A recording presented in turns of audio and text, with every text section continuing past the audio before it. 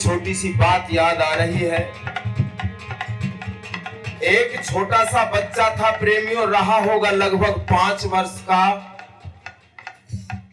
और एक तो सड़क होती है और तो सड़क के बराबर पटरी होती है और पटरी से पीछे गड्ढे होते हैं।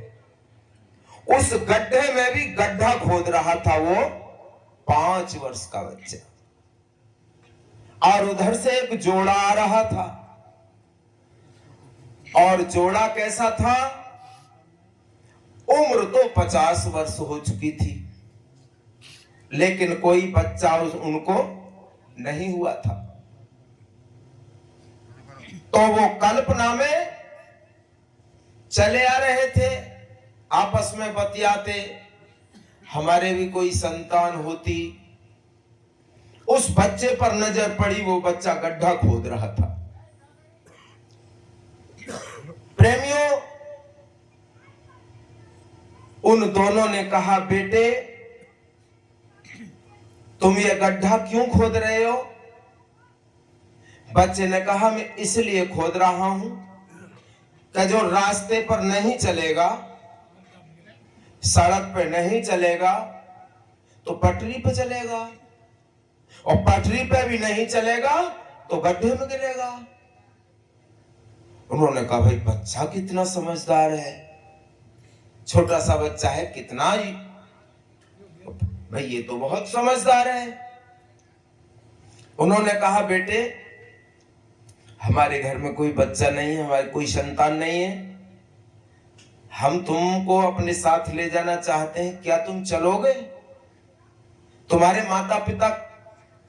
बोले, मेरे माता पिता कोई नहीं है। उसने कहा, मेरे माता पिता नहीं है और मैं तुम्हारे साथ चलने के लिए तैयार हूं, लेकिन शर्त एक होगी कि आप रास्ते पर चलोगे, तब तक मैं आपके पास रहूंगा,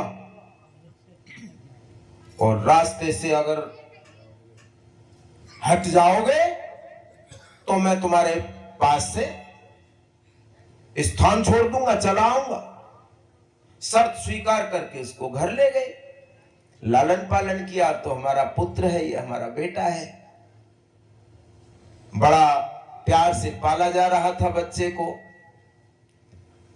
और 2 वर्ष बीते। प्रेमियों, उनके एक पुत्र और पैदा हो गया। जब एक पुत्र पैदा हो गया तो वो उसका लालन पालन करने लगे। 2 वर्ष का हो गया। उस महिला के विचार में आया कि ये तो अपना खून नहीं है, इसको तो पकड़ के ही तो लाए। उसने अपने पति को बोला, क्यों जी,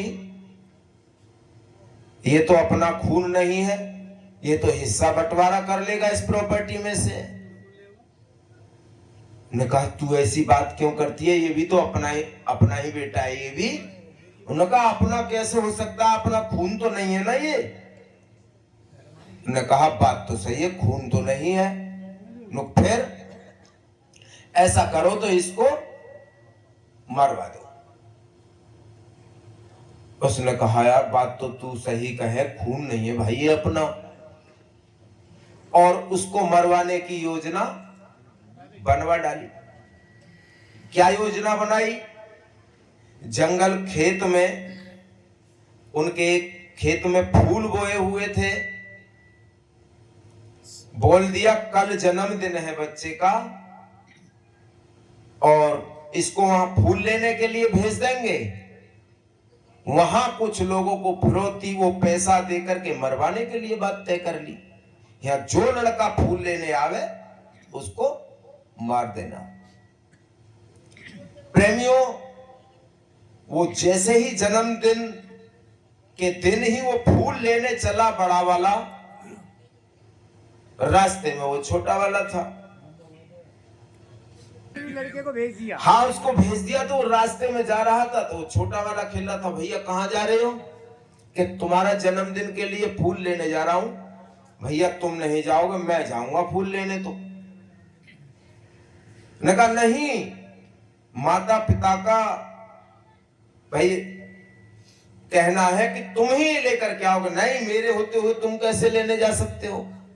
और उस पे से छोटे वाले ने वो जिसमें फूल लेने जा रहे थे वो थैला ले लिया, और वो थैला लेकर के वो वहां फूल लेने के लिए पहुंच गया। जैसे ही पहुंचा वहां पहले से बदमाश बैठे थे, उन्होंने मार डाला उसे, मार डाला। वो बड़ा वाला जब घर वापस पहुंचा तो उन्होंने कहा कि भैया अरे वो छोटा कहाँ है, वो तो फूल लेने गया है। उन्होंने कहा ठीक है, तो वही मार के ढेर कर दिया होगा। दौड़े, जब तक वहां जाकर के देखा वो मरा हुआ पड़ा था। प्रेमियों जब घर वापस आए और रोना धोना के बाद में जब सुकून शांति थोड़ी हुई, उस लड़के ने कहा कि अब मैं चलता हूं। बोले अब तुम कहां जाओगे भैया, कि हमारा वायदा था रास्ते पे चलोगे तुम तो ही रहेंगे, तो फिर हम कहां जाएंगे, उसी गड्ढे में जाकर के गिरो। तो प्रेमियों जो गड्ढा खोदता है उसका कुछ उद्देश्य है, कुछ तो अपने लिए खोदते हैं, कुछ औरों के लिए खोदते हैं। ध्यान रहे हम भूल न जाएं, उस गड्ढे में खुद ही गिर जाते हैं, ध्यान होना चाहिए।